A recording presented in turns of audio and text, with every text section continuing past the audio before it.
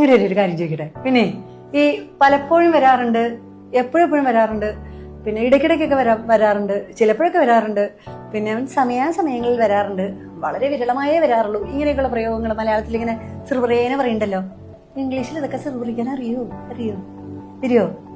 അപ്പൊ ഇതിന്റെ വ്യത്യാസം നമുക്ക് ഇംഗ്ലീഷിൽ പറയാൻ അറിയില്ല എന്ന് ആണെങ്കിൽ എത്ര വരെ പഠിച്ചു? MA വരെ പഠിച്ചു അല്ലേ? MA വരെ പഠിച്ചു, ഡിഗ്രി വരെ പഠിച്ചു.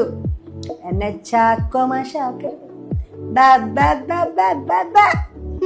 പാഠം 1 ഫോർമൽ ലാംഗ്വേജ്, ഇൻഫോർമൽ ലാംഗ്വേജ് എന്ന് വെച്ചാൽ ഓഫീസിൽ ഉപയോഗിക്കുന്നതും അല്ലാതെ സുഹൃത്തുക്കളും ബന്ധുക്കളും ഉപയോഗിക്കുന്ന ഭാഷ.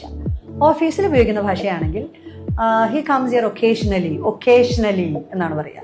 ഇനി ഇൻഫോർമൽ ലാംഗ്വേജിലാണ് നമ്മൾ പറയുന്നതെങ്കിലോ, സുഹൃത്തുക്കളോടൊക്കെയാണ് പറയുന്നതെങ്കിലോ, he comes here off and on എന്ന് പറയും. OFF, off and on. അല്ലെങ്കിൽ he comes here on and off എന്ന് വെച്ചാൽ ഇടയ്ക്കിടയ്ക്ക് വരാറുണ്ട് എന്നുള്ള അർത്ഥം. ഇനി അവൻ എപ്പോഴും വരാറുണ്ട്, he comes here every now and then എന്ന് പറയാറുണ്ട്. ഇത് എപ്പോഴും വരാറുണ്ട്, എപ്പോഴും ഇവിടെ നല്ല അർത്ഥം. എപ്പോഴും ഇവിടെ കാണാറുണ്ട്, എപ്പോഴും പോയി വരാറുണ്ട് എന്നുള്ള അർത്ഥമാണ്. എപ്പോഴൊക്കെ കാണാറുണ്ട് ഇവിടെ. ഇനി വേറൊരു പ്രയോഗമുണ്ട്, ഹി കംസ് ഹിയർ ഇന്റർമിറ്റന്റ്ലി എന്ന് പറഞ്ഞാൽ എന്താ?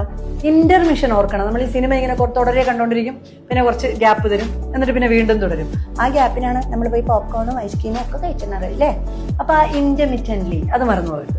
പിന്നെ നമുക്ക് വേണമെങ്കിൽ he comes here once in a while, once in a blue moon എന്നൊക്കെയുള്ള പ്രയോഗമുണ്ട്. വൺസ് എന്നൊക്കെ കേൾക്കുമ്പോൾ തന്നെ അറിയാലോ, 1 or 2 തവണയൊക്കെ കാണാറുള്ളൂ, വളരെ വിരളമായി കാണാറുള്ളൂ.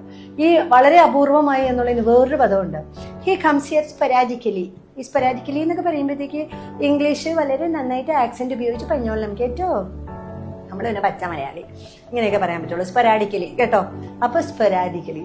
ഇനി അല്ലെന്നുണ്ടെങ്കിൽ പിന്നെ വേറൊരു പ്രയോഗമുണ്ട്. എപ്പോഴും നമ്മൾ ഈ ഹി കംസ് ഹിയർ എന്നൊന്നും വേണ്ട കേട്ടോ. ഹി ഷോസ് അപ്പ് അല്ലെങ്കിൽ ഹി ടേൺസ് അപ്പ് ഇങ്ങനെയൊക്കെ പറയാം. അവൻ ഇവിടെ ഇറങ്ങാറുണ്ട്, വല്ലപ്പോഴും കൂടെയൊക്കെ ഇറങ്ങാറുണ്ട്. ഹി ഡ്രോപ്സ് ഇൻഫ്രീക്വന്റ്ലി അങ്ങനെയൊക്കെയുള്ള പ്രയോഗങ്ങൾ. എത്രണ്ണം പറഞ്ഞു? ഇങ്ങനെയൊക്കെ വല്ലപ്പോഴും എന്നുള്ളതിന് പല ഉള്ളറിഞ്ഞുകൊണ്ടുള്ള പ്രയോഗങ്ങളെ നമ്മൾ പിന്നെ വിട്ടുപോകത്തൊരു കാര്യമുണ്ട് കേട്ടോ. അവൻ സമയാസമയങ്ങളിൽ വരാറുണ്ട്. ഹി കംസ് ഹിയർ ഫ്രം സമയാസമയങ്ങളിൽ കൃത്യമായി വരാറുണ്ട്, ഫ്രം ടൈം ടു ടൈം. മനസ്സിലായോ? അപ്പൊ ഇങ്ങനെ ഉള്ളറിഞ്ഞു പഠിക്കാൻ വെൽക്കം ടു ഷനൈൻസ് അക്കാഡമി. ബേസ് കോഴ്സിനാണെങ്കിൽ 175 ടോപ്പിക്സ്, ഇന്റർമീഡിയറ്റിനാണെങ്കിൽ 350 ടോപ്പിക്സ്, അഡ്വാൻസ്ഡ് കോഴ്സിന് ചേർന്നാൽ 500 മുതൽ 700 വരെ ടോപ്പിക്സ് നിങ്ങളെ കൊണ്ട് സംസാരിക്കും. So you welcome.